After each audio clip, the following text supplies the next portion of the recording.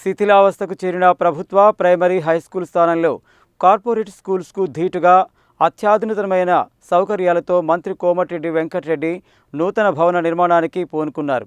పాఠశాల నిర్మాణం పూర్తి కావచ్చింది. నల్గొండ జిల్లా కేంద్రంలోని బొట్టుగూడ ప్రభుత్వ స్కూల్కు కోమటిరెడ్డి ప్రతీక్ ప్రభుత్వ పాఠశాలగా నామకరణం చేస్తూ రాష్ట్ర ప్రభుత్వం ఉత్తర్వులు జారీ చేసింది.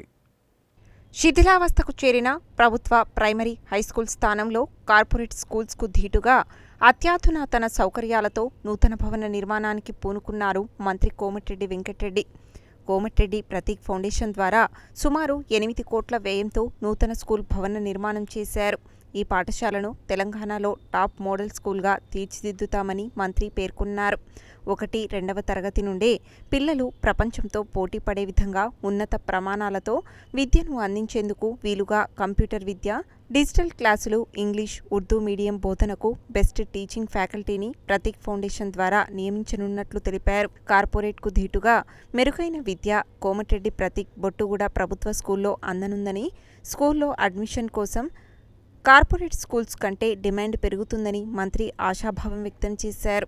అన్ని రకాల సకల సౌకర్యాలతో కూడిన పక్కా భవనంలో పేద విద్యార్థులకు మెరుగైన విద్యను అందించాలనే ఉద్దేశంతో బొట్టుగూడ స్కూల్ నిర్మించామని, రానున్న 3 ఏళ్లలో దశల వారీగా నియోజకవర్గంలోని అన్ని అంగన్వాడీలు, ప్రభుత్వ పాఠశాలలు, కాలేజీలు అధునాతన సౌకర్యాలతో ఆదర్శంగా తీర్చిదిద్దుతామని చెప్పారు. బొట్టుగూడ స్కూల్తో అది ప్రారంభించామని మంత్రి తెలిపారు.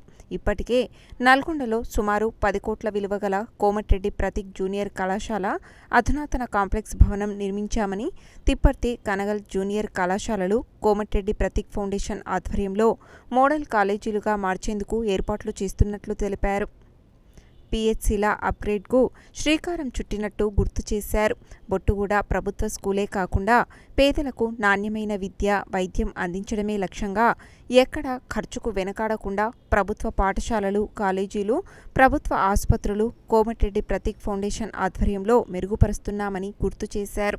ఇటీవల నల్గొండ జీజీహెచ్లో, హైదరాబాద్ టాప్ కార్పొరేట్ హాస్పిటల్స్లో కూడా లేని అధునాతన లాప్రోస్కోపీ యూనిట్ను ప్రజలకు అందుబాటులోకి తెచ్చామని, గైనకాలజిస్టు విభాగాన్ని అభివృద్ధి చేశామని తెలిపారు. బొట్టుగూడ స్కూల్కు తన కుమారుడు కోమటిరెడ్డి ప్రతీక్ ప్రభుత్వ పాఠశాలగా నామకరణం చేయడం పట్ల మంత్రి హర్షం వ్యక్తం చేస్తూ భావోద్వేగానికి లోనయ్యారు. జీవో ఇచ్చిన ముఖ్యమంత్రి రేవంత్ రెడ్డికి, అందుకు కృషి చేసిన అధికారులకు మంత్రి ప్రత్యేక ధన్యవాదాలు తెలిపారు. రానున్న 1-2 నెలల్లో ముఖ్యమంత్రి రేవంత్ రెడ్డి చేతుల మీదుగా పాఠశాలను ప్రారంభిస్తామని మంత్రి ఈ సందర్భంగా వెల్లడించారు.